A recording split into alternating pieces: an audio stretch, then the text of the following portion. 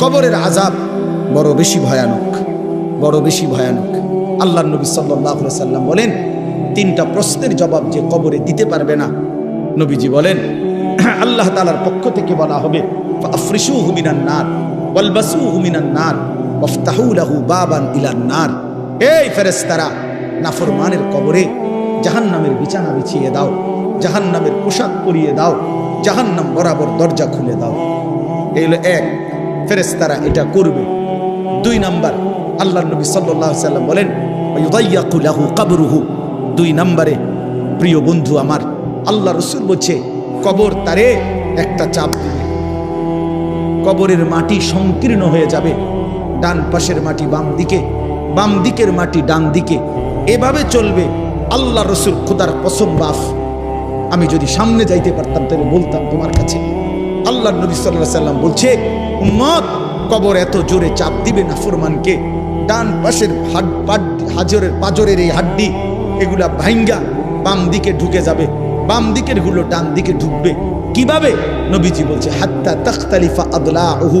আমাদের উস্তাদ আমগরে মাদ্রাসায় পড়াইবার সময় বুঝাইছিলেন যে নবী বলছেন এইভাবে দুই আঙ্গুল এগুলো যেমন একটা আরেকটার মধ্যে ঢুকে যায়, আল্লাহর কসম পাজরের হাড্ডি এ পাশের গুলো এই পাশে এইভাবে ঢুকে যায়। প্রিয় বন্ধু আমার, ভাবতে শিখো। তিন নাম্বার, রাসূলুল্লাহ সাল্লাল্লাহু আলাইহি সাল্লাম বলেন, ওয়ায়ুদরাবু লাহু। একজন ফেরেশতা আসবে তার কবরে। ফেরেশতা দুই গুণের অধিকারী। একজন ফেরেশতা আসবে নাফরমানের কবরে। গুণটা কি? ওহুয়া আ'মা ওয়া আসাম্মু। সে অন্ধ বধির। ওই ফেরেশতা কানেও দেখে না, চোখেও শোনে না। এই ফেরেশতা আইসা ইউদরাবু লাহু বিমিতরাকাতিন মিন হাদিদিন। লোহার একটা হাতুড়ি গুর্জ দিয়ে তারে একটা আঘাত করবে। দরবাতান বাইনা উযুনাইহি। দুই কান বরাবর। ফায়াসিহু সাইহাতান। নাফরমান একটা চিৎকার মারবে। ইয়াসমাউহা মান ইয়ালিহি ইল্লা সাকালাইন। মানুষ এবং জিন ব্যতীত আল্লাহর সমস্ত সৃষ্টি নাফরমানের চিৎকারটা শুনতো। ইলা ইয়াউমিল কিয়ামা। এভাবে কিয়ামত পর্যন্ত, এভাবে ইসরাফিলের ফুঁক পর্যন্ত। বন্ধু আমার, রাসূলুল্লাহ সাল্লাল্লাহু আলাইহি ওয়াসাল্লামের জামানায় যারা কবরে, তারা আজ কত বছর? ১৫০০ বছর। ইব্রাহিম আলাইহিস সালামের জামানায় যারা কবরে গেছে, তারা কবরের জীবনে পড়ে আছে আজ কত বছর? ভেবে দেখো ভাইয়া। নূহ আলাইহিস সালামের জামানায় যারা কবরে গেছে, তারা কবরের আযাব ভোগ করতেছে আজ কত বছর? সর্বশেষ যেই ব্যক্তি কবরে যাবে, উলামায়ে কেরাম, মুহাদ্দিসিনে কেরাম কেউ কেউ বলে তাকেও হয়তো কবরে অপেক্ষা করতে হবে সর্বশেষ ব্যক্তি ৪০,০০০ বছর। শেষ ব্যক্তিটার কবরে যদি আযাব হয়, তার অবস্থা কতক্ষণ অপেক্ষা করবে কবরে? কাল্লা সাউফা তা'লামুন সুম্মা কাল্লা সাউফা তা'লামুন। এবার শেষ কথা হলো, কাল্লা লাউ তা'লামুনা ইলমাল ইয়াকিন লাতারাউন্নাল জাহিম সুম্মা লাতারাউন্নাহা আইনাল ইয়াকিন। আল্লাহ তাআলা বড় গুরুত্বপূর্ণ এবার বলছে, বান্দা শোনো, এই কথা শেষ করে দিচ্ছি আরেকটু ৫টা মিনিট। আল্লাহ তাআলা বলে, বান্দা আজকে কোরআনের মাধ্যমে, আমার রাসূলের হাদিসের মাধ্যমে, উলামায়ে কেরামের এই নসিহতের মাধ্যমে যদি আখিরাত, কবর, হাসর, মিজান, ফুলসিরাতের ব্যাপারে তোমার ইয়াকিন হয়ে যেত, বিশ্বাস হইতো, তাহলে ভালো হইতো। লাউ তা'লামুনা ইলমাল ইয়াকিন। আহা বান্দা, যদি আজকে তুমি নিশ্চিত বিশ্বাস করতা, কত না ভালো হইতো। কি ভালো হইতো? তাইলে এখন তো তুমি নামাজ পড়তে পারতা, হালাল খাইতে পারতা, হারাম থেকে বাঁচতে পারতা। কিন্তু যদি পাত্তা না দাও, গুরুত্ব না দাও, তো মনে রেখো, লাতারাউন্নাল জাহিম। অল্প সময় পরে একদিন হাসরের ময়দানে তুমি তোমার নিজ চোখে জাহান্নামকে দেখবে। কি দেখবা? বলেন না, সুম্মা লাতারাউন্নাহা আইনাল ইয়াকিন। সেদিন দুই চোখে দেখে নিশ্চিত হবা যে জাহান্নাম কতটা ভয়ানক। আর মনে পড়বে দুনিয়ার জিন্দেগির কথা। ওয়াজিআ ইয়াউমাইদিন বিজাহান্নাম। আল্লাহ বলে, হাসরের ময়দানে জাহান্নামকে ফেরেশতারা টেনে আনবে, আর মানুষগুলো তাকাইয়া জাহান্নামের আযাবের এক নজর দেখেই ইয়াউমাইদিন ইয়াতাযাক্কারুল ইনসান, দুনিয়ার পুরা জীবনের কথাটা তার মনে পড়বে। ওয়া আন্না লাহু যিকরা, কিন্তু মনে পড়ে সেদিন আল্লাহ বলে, এই বান্দা মনে পড়ে কি লাভ হবে? বুঝবা তো নিশ্চিত, আজ বুঝলে ভালো হইতো, কিন্তু সেদিন হাসরের ময়দানে জাহান্নামকে দেখে তুমি আইনুল ইয়াকিন সুম্মা লাতারাফুন্নাহা আইনাল ইয়াকিন, তোমার চোখে দেখা জ্ঞান হইতো। আপনাদেরকে বুঝাই, এই যে এটা যে গ্লাস আপনারা সবাই দেখতেছেন, কথা বলেন না কেন? এই যে গ্লাসটা আপনারা দেখতেছেন, কি দেখতেছেন? সবাই নিশ্চিত তো? কেমনে এত নিশ্চিত হলেন? এই যে চোখে দেখতেছি, আপনি কইলেও নাকি হুজুর গ্লাস আন্তাজি, আমরা কি বেকুব নি?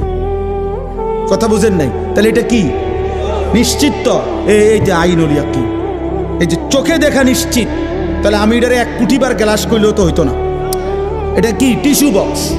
তো আল্লাহ তাআলা বলে, বান্দা জাহান্নাম তো চোখে দেখবা, সেদিন তোমার নিশ্চিত জ্ঞান হবে যে এটাই জাহান্নাম, এটাই আমার আযাবের ঘর, এটাই আমার সামনের গন্তব্য। কিন্তু সেদিন তো লাভ হবে, সেদিন তো লাভ হবে।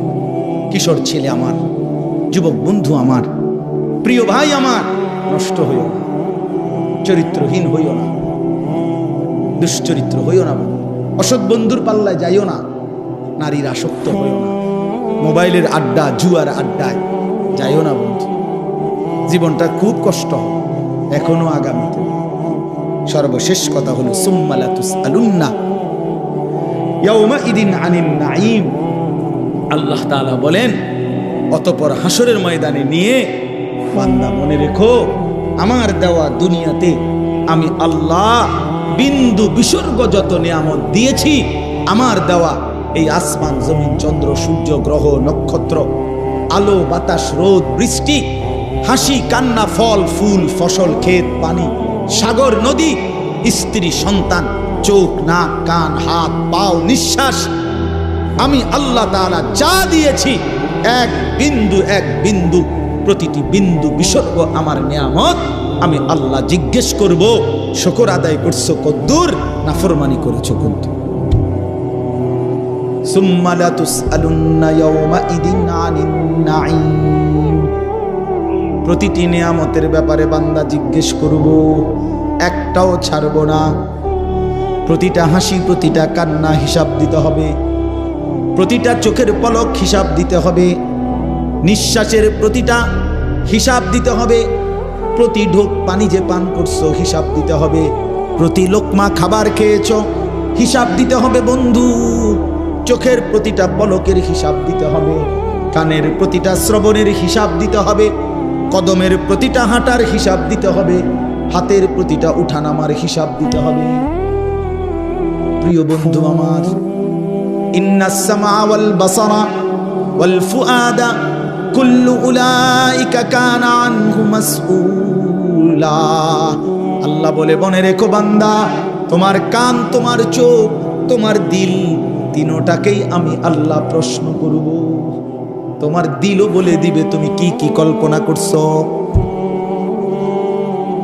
শাহিদা আলাইহিম সামউহুম ওয়া আবসারুহুম ওয়া জুলুদুহুম। তোমার কান তোমার চোখ তোমার সারা দেহের চামড়া আমি আল্লাহর কাছে তোমার জিন্দেগীর সাক্ষ্য দিবে। ইয়াউমাইদিন তুহাদ্দিসু আখবারাহা। তোমার পায়ের নিচের জমিন তোমার ব্যাপারে সাক্ষ্য দিবে।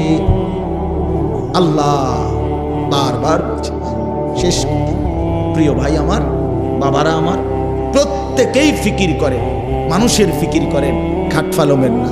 ইডি হুদা একবারে শুধু শুধু এই সোফা যে বেটা বানাইছেন আমনে মইরা চাচা 20 বছরের মাথায় আপনি শুধু একটা বার ফেরেশতারে বলিয়া বলে, ভাই একটা ঘন্টা আমি যামু আর আমি তো আমার ঘর চিনি, দেরি হইতো না, অন্যদিকে যাইতাম না। শুধু আমার ঘরে আমি বহুত কষ্টে খাট পালং সোফা ফার্নিচারটি বানাই দিয়েছিলাম। এটি কোনো কোনোটা নষ্ট হয়েছে নি কিন্তু চাই এই কথাটা বলিয়া যদি আপনি কবর থেকে 20টা বছরের মাথায় আরেকবার আইসা দেখেন, আমনের ঘরে ঢুকলে আপনি কিচ্ছু খুঁজা পাবেন না। যদি পুতেরে আর নাতিরে বলেন, কিরে নাতি পুত, আমি যে সোফাটি বানাইছিলাম ওই বললো, আব্বা একদম চলে না, কি কর না করি, আর গত 5-7 বছর আগে তো হালাই দিয়েছি।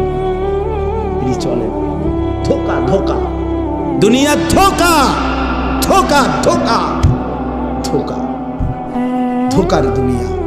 এজন্য মাঝ বয়সী বাবা আপনাদেরকে বলি, খাট পালং আর সোফা, ক্ষেত ফসল আর জমি, ইট বালু আর সিমেন্ট, এর হিসাব না দিয়া স্ত্রী সন্তানের হিসাব দেন। ছেলেটা নামাজি কিনা, মেয়েটা পর্দানসীন কিনা, স্ত্রী পর্দানসীন কিনা, ছেলের বউ পর্দা করে কিনা, মেয়ের জামাই আপনার হালাল খায় কিনা, ছেলের রোজগার হালাল কিনা, ঘরে টেলিভিশন বন্ধ কিনা, সকলে আল্লাহর কোরআন পড়ে কিনা, সবাই ফজরের নামাজ পড়ে কিনা। বেড়া হইলে এই মাইক দিয়া এনে এনে খারাইয়া কোন আপনি বলেন ভিডিও এখন রেকর্ডিং কোন আসেন।